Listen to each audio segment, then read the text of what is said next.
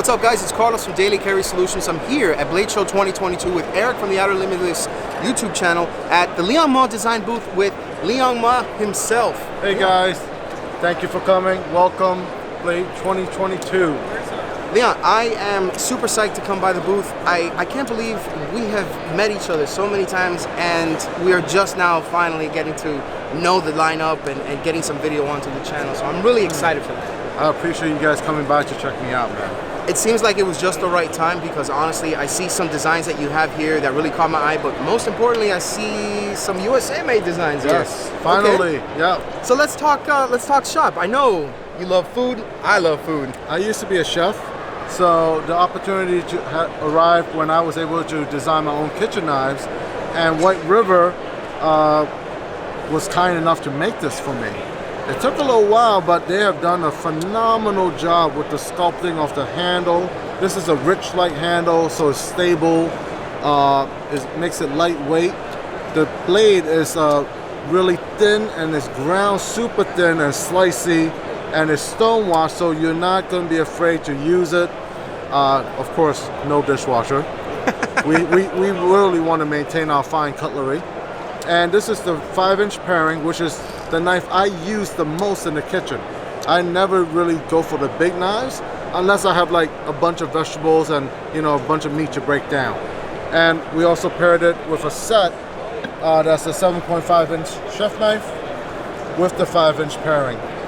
Now, one thing I saw that I see is translated to the larger chef knife is looking back on this one, just for reference, you have obviously with the scale and how obviously the handle materials are designed, there's obviously been some relief on both sides. Right. And I noticed that while I was holding it, two things happened. Number one, when I went ahead and I put my hand on here, this little swell that you have right here towards the back of your hand really kind of goes into there, and it's like a little nook for them. Yes. And it feels so good when you are actually holding this in your hand. Yes. And this is crazy lightweight. Yeah.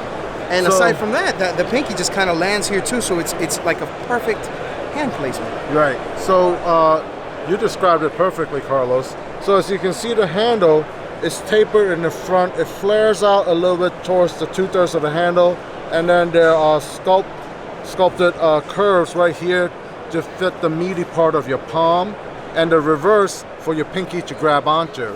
So for pretty much a straight handle, you have a lot of retention, and even cutting this way, but also with the pinch grip in the front, and also if you're holding the knife upside down to do some peeling work. So even though this handle is straight, it really conforms to the hand, and almost everyone that picks up really notices what you just pointed out with the curvature of the handle and how it is sculpted. And I think more people tend to see that because, and I fell victim to that, I mean, for many, many years up until, I mean, not too long ago. We like to invest in our EDC items, but something that I always use every day as somebody who cooks, the majority of and prepares the majority of meals that I eat is the kitchen knives. And I was like, man, investing in a good kitchen knife, for the most part, when you really look at it, most of the handles are very neutral. And putting the time into just the handle for something like this, having great materials through a quality, well-known, reputable USA maker, this is a step in the right direction for any company, and I mean especially for a trade chef such as yourself. So. I totally agree, and you know that the kitchen knife is one of the unsung heroes of the cutlery world. So a lot of guys would be like, oh, but I could pick up a whole set from these big box stores or something. I'm like, okay, if that's what you want to do, great. But I know that for me, I use a kitchen knife every single day. So I want a knife that I can really take care of and that will serve its purpose. Nice. Well, in a brief departure from the kitchen knives, we're going back to the bread and butter that we know Liong Mah for, and that's quality folders. So I picked up two here. Obviously, that fat carbon really, really caught my eye, the integral handle. Tell me a little bit about this model. So this is the Model 18. It would celebrate my 18 years in designing and the cutlery world. So I usually like to blend integral with also some style from other makers. And this is more of a Loveless style blade. It almost looked like a fixed blade unless you fold it. and I was able to get S90V from Crucible for this choice. These blades are hand ground. They're also satin finish, and then they're blasted to give it a subdued look on the grinds. The flipper mechanism folds inward, but at the same time, when you deploy the flipper disappears into the handle, and so does the top guard. So it really gives it this seamless look. With the integral handle, you only have 2 screws holding on the inlaid marble carbon fiber or the fat carbon choices, with the titanium clip and the ceramic ball insert. Now the reason why I choose a ceramic ball is because they don't damage your clothes when you're clipping them on. At the same time, the round ball blends into your palm, so it doesn't give like a jagged edge when you're gripping it. So it really blends in more with your palm and makes it very comfortable to hold. That's interesting, and Eric and I have actually talked about this with a lot of companies, and fewer these days, because I think that a lot of them are listening to consumers more. Mm-hmm. But I think that for most knife, especially newer knife designs, pocket clips seem to be an afterthought. Right. You know, and for a lot of people, the majority of the time that the knife is spent is in the pocket, mm-hmm. and they want to make sure that it's something that they can reliably put in, take out, and that it's not going to rip their pocket to shreds. So it's a couple of things that you have obviously solved here. Is obviously something that is not going to create a hot spot in your hand. It's going to slip in and out of the pocket with ease, and it's something that you put a little bit more attention to, which obviously from what I can see with your other knives is a common thing here at Liong Mah. So yes. That's great to hear. It's one of the areas that I feel I focus more time on in the overall design is the pocket clip, because I know that if the clip is uncomfortable, I won't take it. I won't take it and carry it every single day, and then to use it will be even worse. So for me, all my knives have slightly different clips, just because from handle to handle, the same clip would not make sense. I totally understand that, yeah. And I can totally appreciate that too. There's just something about just the overall look on this knife, especially that integral, that one-piece handle with that inlay that, like you said, in the carbon fiber shred or the fat carbon, gives it that little pop, especially that fat carbon. I mean, that is a looker. I know a lot of companies are starting to use it now, and I'm glad because it looks great, and I hope they use more. It'd be nice to see some new variants, but I'm just really glad to go ahead and see that translated into one of I'm very happy for the fat carbon material too. They're also here at Blaze Show, and I told them I'm going to be there just to take whatever they have left. Because for a long time, I mean, everybody likes black knives, right? Yeah. But at the same time, a little pop of color really adds so much to the design. And nowadays, I purposely don't do black knives because I've dropped knives before, and then try to find a knife that you dropped that's black. It's a little difficult. Yeah. Well, and also, I think that with black knives, I mean, they are very popular, but it's turned into kind of like the operator aspect. And I think something like this, when you have that, it allows the aesthetics to shine, not only in the design, but, what you've chosen to go ahead and place on there as well with the fat carbon. So beautiful. Now, we've seen some really nice lookers. We've seen some, duty knives in the kitchen. How about these over here to the side? These look like these are more geared towards people that want something, a little bit more basic, but that will do that job and do it reliably. So this is my new line called Eutectic. This was introduced at SHOT Show this year, and I finally received some product to sell. So the samples that you saw at SHOT Show were samples, and then we went back and I asked the manufacturer, okay, what else can we do? Because I didn't want like a big logo on the blade.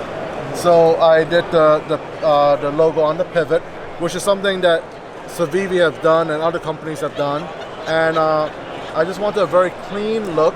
Now these are made out of D2 steel, stainless hardware, stainless liner, stainless clip, and micarta handles. We have orange, forest green, and black. And they come in at 3.6 ounces, and that's something that I can have in my pocket all day, and it's a full-size knife, and it's really fidget friendly. Definitely. So there's the flipper, front flipper, and thumb hold. And I see that the liners have been skeletonized. I mean, even though it's not a very heavy knife to begin with, obviously, adding that relief there kind of reduces the weight a little bit, and it gives you the opportunity to kind of save a little bit of that weight in the real estate in the pocket. So, well, that's nice. I live in Florida, so I usually wear lightweight clothing anyway. Okay. And I wouldn't want like a pocket brick in my pockets. That's totally understandable. And the blade is 0.145 thickness. Beyond that edge, okay. So that we ground it really thin to be able to slice very well, like all my other knives. Very nicely done. And like you said, I mean, with the deployment message, you have that thumb hole right there that you can access. You have the front flipper. Oh, no worries. There we go. And then you have the standard flipper. Yep. You're good. I always tell people when they're doing the front flipper, don't think about it, and you'll be fine. Because the minute, that's a good way to think about it. The minute you think about it, because you get all self-conscious, you really will not do it. All right. So now this last design looks very, very familiar. So this is the Cuff 4, and this is the Cuff 3, and these came out last year. They are G10 monoblock and carbon fiber monoblock with a titanium frame lock, titanium clip, L-Max steel blade, and I would like you to grip this knife really hard in your right hand because it's a right hand knife. Okay. What do you feel? Honestly, I don't feel any flex. I don't feel anything. It's just and the clip blends into your palm. Yeah, there's something. It usually the clip will create a hot spot like right here. Yeah. The clip kind of is positioned in a way to where it sits a little bit farther back into more of a recess inside of the meat of the hand. So I feel as if like it's just you don't feel that hot spot. Yes. You wouldn't feel that. Okay, so I get that. All right. So that's one thing that I was like so happy with the design, that I was able to create a knife that the clip just blended into the hollow of your palm and really like give you a very comfortable grip. And then we contoured the back, and it's three-dimensionally contoured so that there are no hot spots created. That's actually really nice.